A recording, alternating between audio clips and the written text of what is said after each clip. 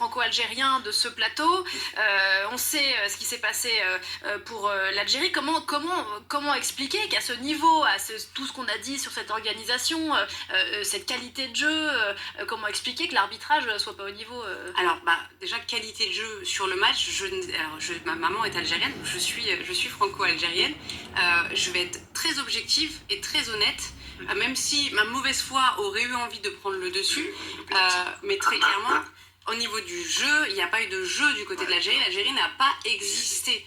Il y a une situation où effectivement la VAR aurait pu être appelée, l'arbitre a décidé de ne pas y aller. Il y a toujours un check de toute façon du VAR, ça c'est systématique. Après, il y a une règle aussi, et c'est la question aussi, c'est pas que la question dans la Coupe d'Afrique des Nations, c'est une question qui est internationale, et en tout cas on le vit tous les week-ends en Ligue 1. C'est l'application du règlement, de quel règlement et de quelles règles.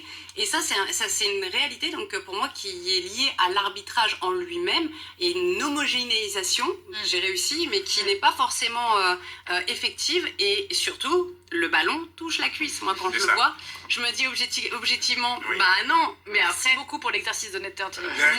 Mon cœur m'a dit, il y a pénalty. Mais au-delà de l'Égypte-Nigeria, globalement, il y a une critique. Algérie-Nigeria, il y a une critique qui est faite sur le niveau de l'arbitrage dans son ensemble.